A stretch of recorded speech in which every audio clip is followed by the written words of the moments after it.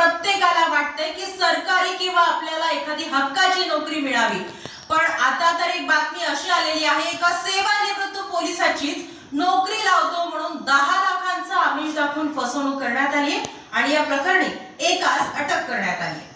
भुसावळ रेल्वेत हेड क्लर्कची नोकरी लावून देतो असे आमिष दाखवत भुसावळातील सेवानिवृत्त रेल्वे पोलिसाची 9,64,000 रुपये उकळून फसवणूक करण्यात आली। या प्रकरणी शहरातील प्रशांत लक्ष्मीनारायण अगरवाल याच्या विरोधात भुसावळ बाजारपेठ पोलिसांनी गुन्हा दाखल केला असून त्यास अटक करण्यात आली आहे। संशयिताला मंगळवारी भुसावळ सत्र न्यायालयात हजर केले असता 3 दिवसांची पोलीस कोठडी सुनावण्यात आली।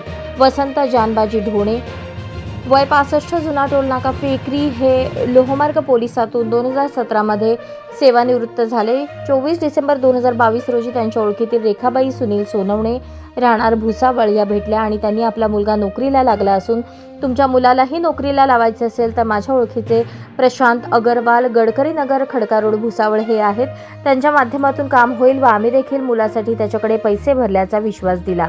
25 डिसेंबर 2022 रोजी दुपारी 12 वाजता संशयित प्रशांत अगरवालची भेट घेतल्यानंतर त्याने मुलाला रेल्वेत हेड क्लर्कची नोकरी लावून देतो, त्यासाठी 7 लाख रुपये लागतील असे सांगितले व 9 महिन्यात ऑर्डर येईल, मात्र त्यासाठी आधी 4 लाख व ऑर्डर आल्यानंतर 3 लाख रुपये भरावे लागतील असे सांगितले। ठरल्याप्रमाणे 26 डिसेंबर रोजी संशयित प्रशांतच्या सांगण्यावरून हर्षना मेहता शिवाजीनगर भुसावळ यांच्याकडे 4 लाख रुपये देण्यात आले।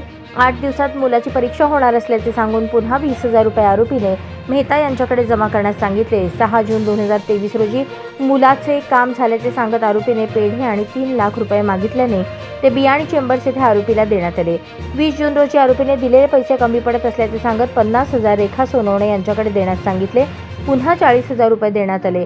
26 सप्टेंबर रोजी आरोपी घरी आला आणि त्याने DRM पांडे यांनी 1,20,000 रुपये भरण्यास सांगितले असल्याने आजच ते पैसे भरा असे म्हणून सांगितल्याने व वारंवार फोन येत असल्याने DD द्वारे बालाजी सेंटरमधून रक्कम ट्रान्सफर करण्यात आली।